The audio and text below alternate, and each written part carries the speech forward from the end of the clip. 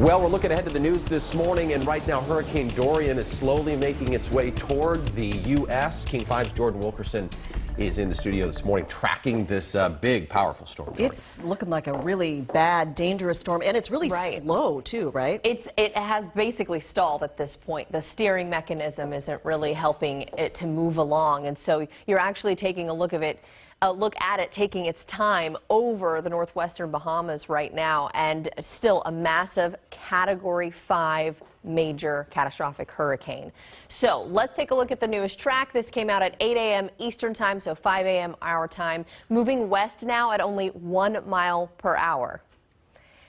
I think the fastest we had seen it move was 12 miles per hour. Then it went down to like 8 or 9, now down to 1. So it's basically stationary, just dumping rain and bringing in all that wind and storm surge. The sustained winds right now, 165 miles per hour.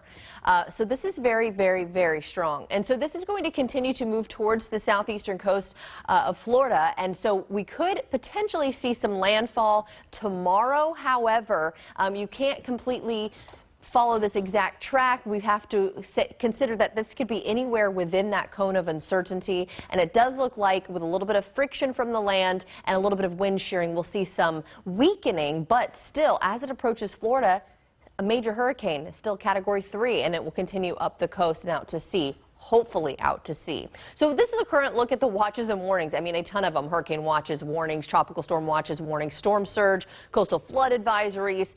And if we take a look at the rain totals, they're expecting northeastern Bahamas, or northwestern Bahamas, I should say, 12 to 24 inches expected, with isolated areas of 30 inches of rainfall. And along the Florida coast could see anywhere from 4 to 10 inches. We'll talk more about the winds and the storm surge and the waves that are being brought up in those areas as well coming up in just a bit. Yeah, just terrible right now. Yeah. Jordan, thanks.